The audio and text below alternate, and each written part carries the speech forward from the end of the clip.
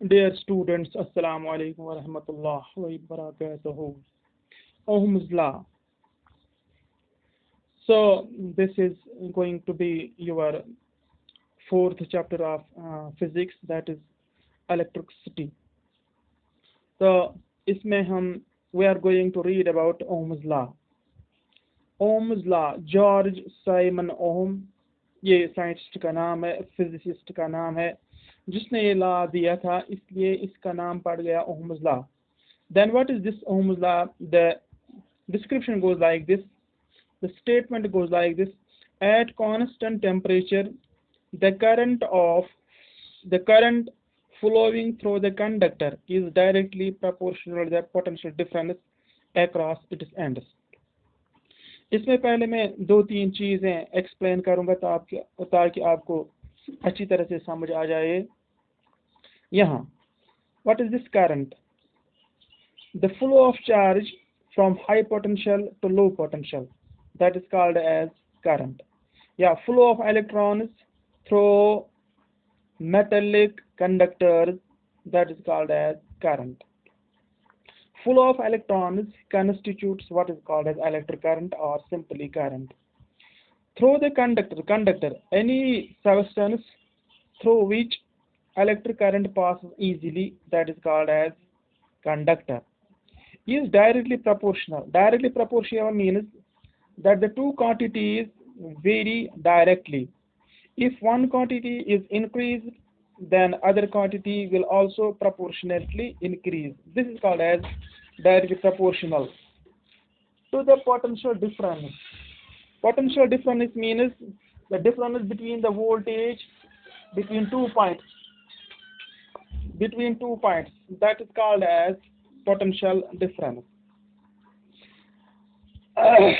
तो ओहम ने बोला कांस्टेंट टेम्परेचर जब हम रखेंगे तो ये जो करंट फ्लो हो जाती है थ्रू कंडक्टर वो डायरेक्टली प्रोपोर्शनल पोटेंशियल डिफरेंस के होता है. यानी कि अगर आपके पास एक बैटरी है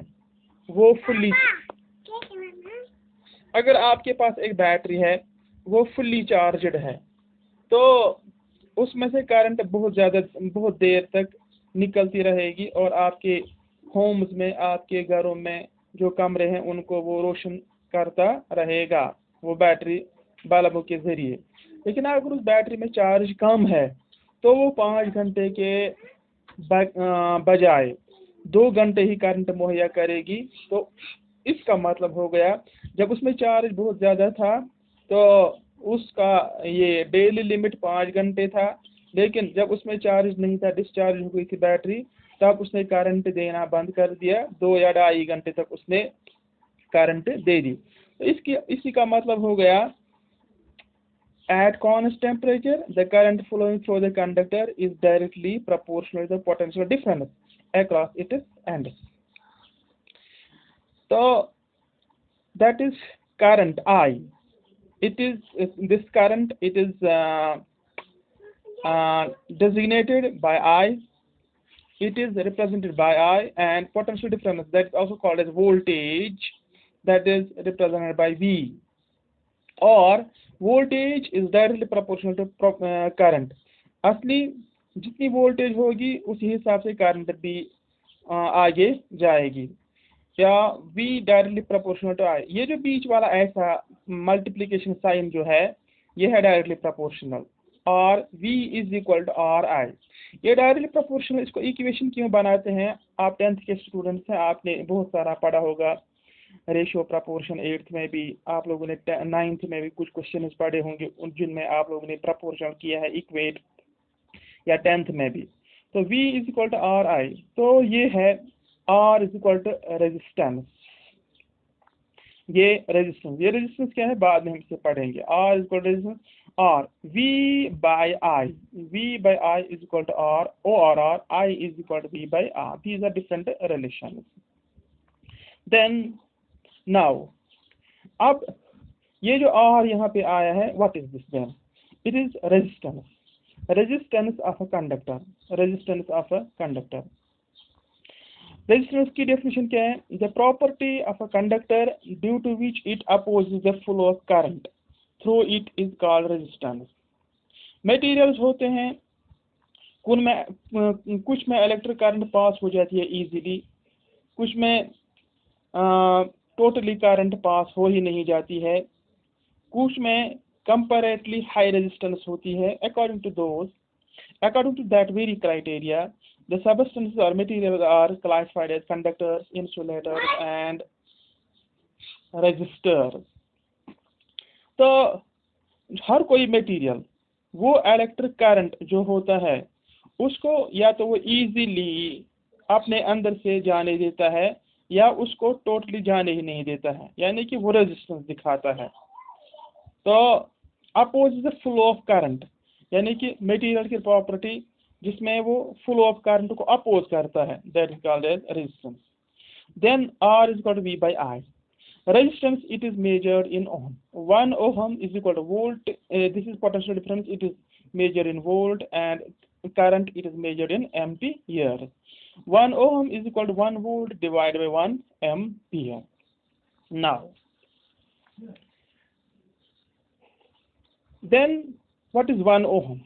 1 ohm. It is V by I, volt divided by ampere. 1 ohm. Volt, ratio of volt with respect to the current, that is called as 1 ohm. शाबाश। अब factors affecting resistance of a conductor, ये जो conductor होता है इसका जो power of resistance होता है उसको कौन कौन से फैक्टर्स इफेक्ट करते हैं। Number 1, effect of length of conductor, यानी कि जो कंडक्टर होगा वो या तो लेंथ में कम होगा या लेंथ में ज़्यादा होगा, तो उसकी रेजिस्टेंस जो बनती है that is resistance is directly proportional to L. Resistance directly proportional है एल के, यानी कि अगर तार वायर जो है रजिस्टर जो है उसकी लंबाई कम है तो उसकी रेजिस्टेंस भी कम है, अगर उसकी लंबाई ज़्यादा है तो रेजिस्टेंस भी ज़्यादा है। यहाँ पे मैं आपको एक मिसाल से समझाऊंगा। आप जानते हैं जो मैकेनिक होते हैं, जो ये इलेक्ट्रिक मैकेनिक जो होते हैं, इलेक्ट्रॉनिक्स के साथ कर रहे होते हैं, रेडियो टीवी इनको रिपेयर करते हैं, उनको ठीक भी करते हैं, तो उनके दाईं तरफ एक बैटरी लगी हुई होती है और बैटरी के साथ ही CFL वाला वो जो लेड बल्ब जो होता है साथ ही होता है। तो बैटरी यहाँ होती है और आगे जाकर ये बल्ब यहाँ पे होता है। यहाँ से यहाँ तक जो तार होती है बहुत छोटी तार होती है, यानी कि उसकी लेंथ बहुत ज़्यादा नहीं होती। क्यों? यहाँ पे बैटरी जो लगी है that is source of charge, यहाँ पे जो बल्ब है वो कंज्यूमर है। तो अगर ये बैटरी दूर रखी जाएगी तो जो तार है, जो रेजिस्टेंस है, जो रजिस्टर है, जो वायर है, उसकी लेंथ बहुत ज़्यादा हो जाएगी, रेजिस्टेंस बढ़ जाएगी।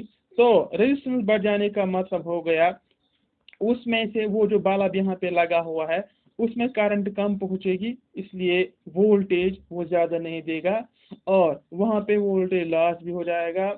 जो बैटरी पहले 2 घंटे दे सकती थी बल्ब को जलाने में, अब वो सिर्फ 1.5 घंटा ही दे सकती है। Therefore, resistance is directly proportional to length of the conductor. Next factor, effect of area of cross section of a conductor. Cross section कितना मोटा है, उसका डायमीटर कितना है, that is called cross section. यानी कि कंडक्टर जो है वो थिन है या थिक है, तो उसका जो ऐसे एरिया बनता है, डायमीटर बनता है, उस क्रॉस सेक्शन का एरिया वो भी इसमें इफेक्ट करता है। Resistance is inversely proportional to the area of cross section of a conductor.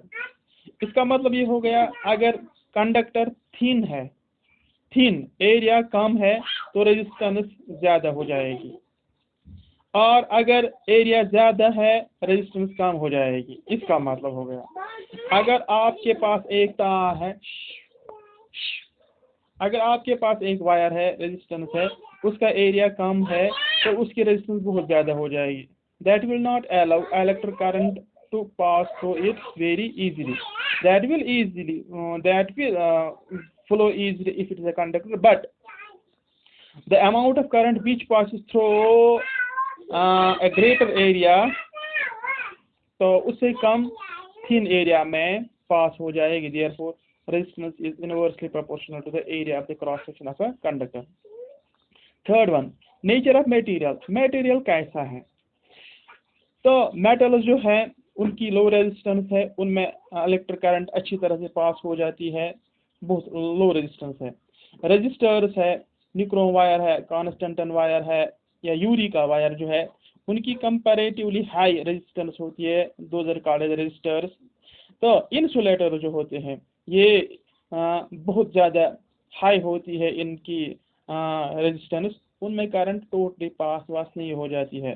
जैसे इलेक्ट्रिशियन जो होते हैं वो रबर ग्लोव्स का इस्तेमाल करते हैं, या जब हम घरों में अपने घरों में जो तार वार होती है अगर नीचे आई हुई होती है, हम बड़े डंडा जो होता है लकड़ी का उसी का इस्तेमाल करते हैं क्योंकि वो इंसुलेटर है, तो उनकी ये रेजिस्टेंस बहुत ज़्यादा हाई है।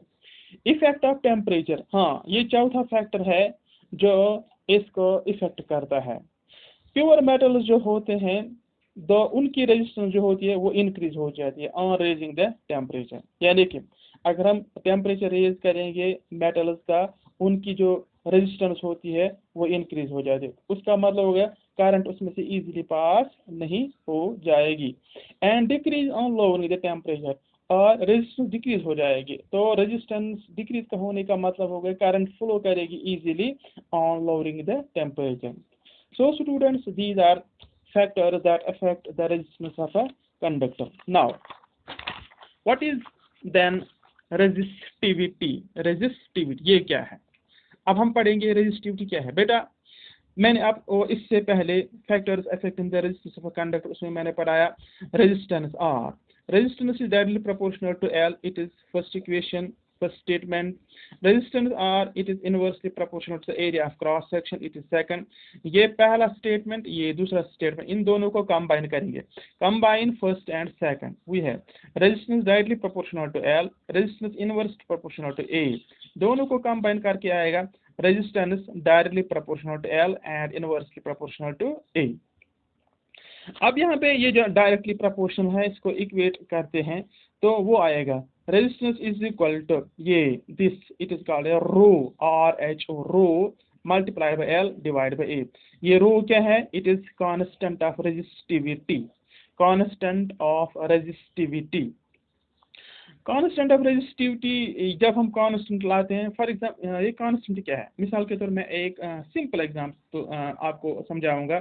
दो लड़के हैं, उन्होंने 4 एप्पल खाए। 3 लड़के हैं, उन्होंने 6 एप्पल खाए। 2 लड़कों ने जब 4 खाए तो उनको 2-2 मिल गए। 3 लड़कों ने जब 6 खाए उनको भी 2-2 मिल गए। ये 2 और वो 2, ये दोनों कांस्टेंट वैल्यूज हैं, बराबर बराबर। यही एक्चुअली कांस्टेंट होता है। अब यहाँ पे जो कांस्टेंट वैल्यू आया है, कांस्टेंट जो मैंने दिखाया है, that is rho constant of resistivity. Therefore जब हम ये R मल्टीप्लाइड बाय A करेंगे, ये रो मल्टीप्लाइड बाय L, तो रो मल्टीप्लाइड बाय L वो इधर आएगा, रो मल्टीप्लाइड बाय L, वो L जो है वो इसके नीचे आएगा, R multiplied divide by A। Now if area of cross section, area it is measured in meters square, if area of cross section is equal to 1 meter square and length is equal to 1 meter, then rho is equal to R multiplied by 1 divided by 1। ये 1 और ये 1 cancel हो जाएगा, therefore resistivity will be equal to R। therefore resistivity is equal to R। इसका मतलब हो गया resistivity value जो है वो रेजिस्टेंस के बराबर आएगा। Then what is this resistivity then in actual words? thus the resistivity of a substance is numerically equal to the resistance of a rod of that substance which is 1 meter long and 1 square meter in cross section। अगर एक rod लाएंगे आप, उसका area of cross section diameter 1 metre square है और उसका जो ये लेंथ है वो भी 1 मीटर है, तो उसका पावर ऑफ रेजिस्टेंस जितना होगा वही उसकी रेजिस्टिविटी भी होगी। मैं दोबारा बोलूंगा, एक रॉड 1 मीटर स्क्वायर, उसका क्रॉस सेक्शन गोल मोटा होना चाहिए और लेंथ भी 1 मीटर होना चाहिए, तब उसका रेजिस्टेंस वैल्यू जो है वो उसका रेजिस्टिविटी वैल्यू भी कहलाता है। तो उसे बोलते हैं रेजिस्टिविटी। यूनिट ऑफ रेजिस्टिविटी, इस रेजिस्टिविटी का यूनिट क्या है? Rho is equal to R multiplied by A divided by L. R हो गया resistance, it is SI unit is ohm, and A हो गया area of cross, it is metre square, and length हो गया it is measured in metre. Metre और square cancel हो गया, therefore rho is equal to ohm metre. This is, ये जो आप जैसा हुक जैसा है, इट इज सिंबल ऑफ ओम और इट इज मीटर। नाउ आपकी किताब पर बहुत सारे वैल्यूज लिखे गए हैं मटेरियल्स के, सबस्टेंसेस के। मैंने 5-7 यहाँ पे नकल किए हैं आपके लिए। देखो, resistivity of some material, silver 1.60 multiply 10⁻⁻8 ohm metre, copper 1.69 multiply 10⁻⁻8 ohm metre, aluminium 2.63 multiplied by 10⁻⁻8 ohm metre. इसी तरह इनके बाकी वैल्यूज जो हैं ये आप अच्छी तरह से ये वीडियो देख लेंगे तो इन पर आप गौर खोज करेंगे किसका कितना वैल्यू बनता है। तो रेजिस्टिविटी के हिसाब से फिर कौन कंडक्टर बनेगा, कौन रजिस्टर बनेगा और कौन इंसुलेटर बनेगा। नाउ बेटा, अब ये है इम्पोर्टेंट जो क्वेश्चन जो है, ये भी इम्पोर्टेंट था, पहला वाला ओहम्स लॉ अक्सर पूछा जाता है, लेकिन एग्जाम्स में ये भी पूछा जाता है कि कॉम्बिनेशन ऑफ रेजिस्टेंस, यानी कि ये आप प्रूव करके दे दो R=R1 + R2 + R3, या ये आप प्रूव करके दे दो 1/R = 1/R1 + 1/R2 + 1/R3। ये क्वेश्चन एग्जाम में आते हैं, तो इनको बोलते हैं कॉम्बिनेशन ऑफ रेजिस्टेंसेस। रेजिस्टेंसेस बोलें आप या रजिस्टर्स आप बोलें, दोनों ठीक हैं।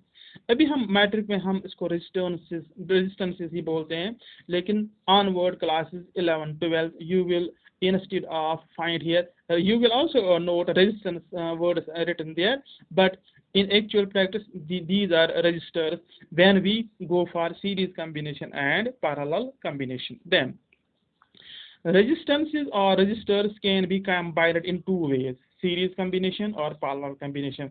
जो ये तारें होते हैं, जो ये वायर्स होते हैं, जो ये रजिस्टर्स होते हैं, हाँ, तो इनको हम दो तरह से कंबाइन कर सकते हैं। One is called as end to end, that is called series combination, and second is called as between two ends, that is called as parallel combination.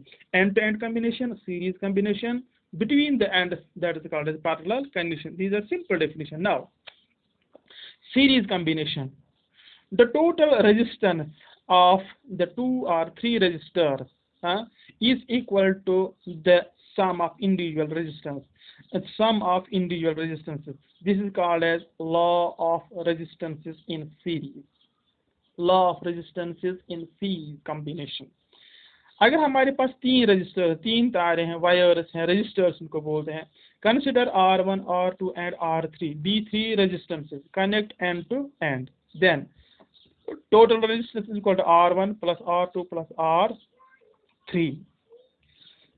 तो इसका मतलब क्या होगा, यहाँ पे मैं एक सिंपल सी एग्जांपल आपको दूंगा। आपके घरों में जो आपके ग्रैंड पेरेंट्स होते हैं या पेरेंट्स होते हैं, उनके पास ट्रांसमीटर, रेडियो ट्रांसमीटर हो, रेडियो युस आसान छु, तथ सेल लगित, अख सेल 2 सेल या 3 सेल तथ लगित। गोट अख सेल लगित, पे ब्या सेल लगित, पे ब्या सेल, 3 सेल लगित। ये तिम end to end plus minus कन, plus minus plus minus plus minus, तो युस यह कनेक्शन आसान वन गोब्रियो, this is called as series combination.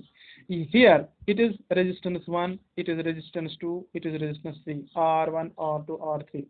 इसमें voltage 1, voltage 2, voltage 3. So that the transmitter, the radios which your parents are using at your home, simple radios, उनकी जो total voltage जो बनेगी ना सेल्स की, बैटरी की, वो बनेगी V1 plus V2 plus V3, यानी कि 8.5 volt so dry cell, 8.5 plus 8.5 plus 8.5 so go गोब्रो 4.5।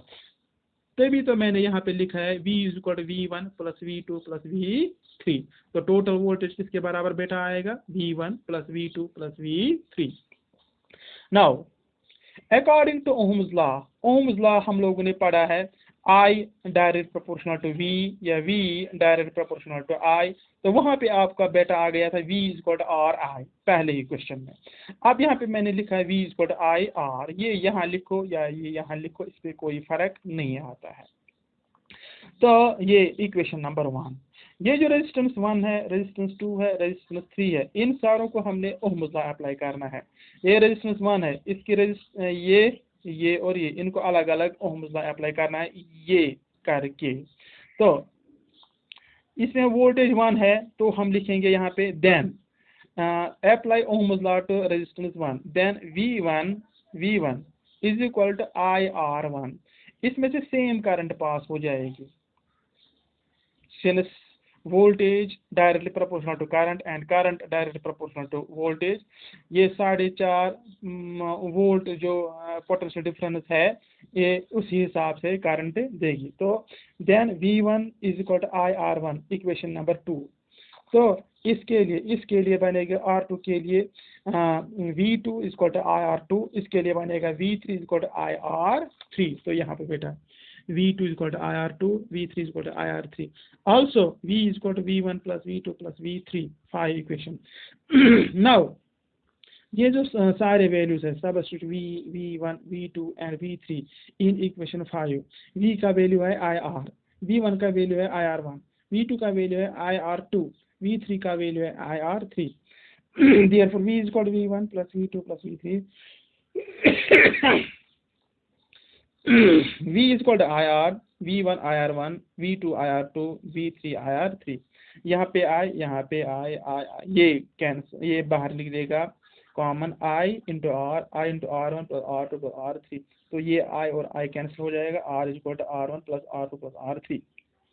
तो इसका मतलब हो गया अगर आपके पास बेटा 3 रेजिस्टेंसेस हैं, एक का वैल्यू है 2 ओम, 2 ओम, इसका वैल्यू है 3 ओम, इसका वैल्यू है 4 ओम, प्लस देन हो गया 2 प्लस 3 हो गया 5 प्लस 4 हो गया 9 ओम। यानी कि सीरीज कॉम्बिनेशन में रेजिस्टेंस जो होती है वो टोटली ऐड हो जाती है। तो रेजिस्टेंस बढ़ने का मतलब हो गया उसमें से करंट पास कम हो जाएगी। तभी तो आपका रेडियो जो होता है घर में, जब उसमें 3 सेल लगाते हैं वो 3-4 महीने तक वो रेडियो चलता रहता है और सेल डिस्चार्ज नहीं होती है, क्योंकि वहाँ पे सेल जो होती हैं वो किस कनेक्शन में होती है, और सीरीज कनेक्शन में होती है। रेजिस्टेंस इंक्रीज हो जाती है, करंट फ्लो कम हो जाती है, रेडियो ऑन होता है, 3-4 महीने तक रेडियो चलता है। this was about series connection. Now series connection के अपने एडवांटेजेस हैं और अपने डिसएडवांटेजेस हैं। तो parallel combination, in parallel combination 1/R is equal to 1/R1 plus 1/R2 plus 1/R3, the reciprocal of the total resistance is equal to the sum of the reciprocals of individual resistance. This is called as law of parallel combination, law of resistances in parallel combination। यानी कि reciprocal of total resistance is equal to sum of the reciprocals of individual resistances, that is 1/R is equal to 1/R1 plus 1/R2 plus 1/R3। बेटा यहाँ पे 3 resistances हैं, 1 2 3। इन 3 resistance को मैंने connect किया है between this and between this and, therefore this is called parallel connection. जिस तरह आप पैरेलल लाइंस पढ़ते हैं बेटा मैथ में, इसी तरह आपको यहाँ पे भी ये और ये तीनों पैरेलल नजर आती हैं। तो हालांकि ये तो लॉजिक नहीं है, फिर भी आपको समझाने के लिए। तो दिस इज इसमें अब यहाँ पे जो ये कनेक्शन होता है इसमें करंट जो होती है ये डिवाइड हो जाती है। ये कनेक्शन जो होता है हमारे हाउस होल्ड, हमारे घर जो होते हैं यही कनेक्शन होता है। तभी तो CFL बल्ब जो होता है वो लेड बल्ब, उसको अपनी वोल्टेज मिलती है। प्रेस जो होता है आयरन, जिसे हम प्रेस करते हैं कपड़े आयरन कर, उसको अपनी वोल्टेज मिलती है। टीवी को अपनी इमर्शन रॉड्स को अपनी वोल्टेज मिलती है। लेकिन ये तब पॉसिबल है when it is parallel connection. Then how you are able to calculate this total resistance? बेटा according to Ohm's law V is equal to IR. Ohm's law जो है that is V is equal to I R, I is equal to V by R, ये I is equal to V by R नीचे, तो first and I is equal to I1 plus I2 plus I3, जो total current है वो I1 plus I2 plus I3 बनेगी। उस series connection में रहता है V is equal to V1 plus V2 plus V3, उसको आप याद रखने के लिए वही सेल्स का कॉम्बिनेशन याद रखो, वहीं पे याद रखिएगा। यहाँ पे इस तरह हर एक इक्विपमेंटों को घर में अलग अलग वोल्टेज मिलती है, that is possible only due to this parallel combination. In series combination, our equipments would not work effectively. That would not work at all because they would get least voltage, and so their operation would not be successful. And you also see that at public places, two bulbs are connected by series connection, so that two bulbs receive less than half of current, and voltage is totally less. They do not get damaged over a long time.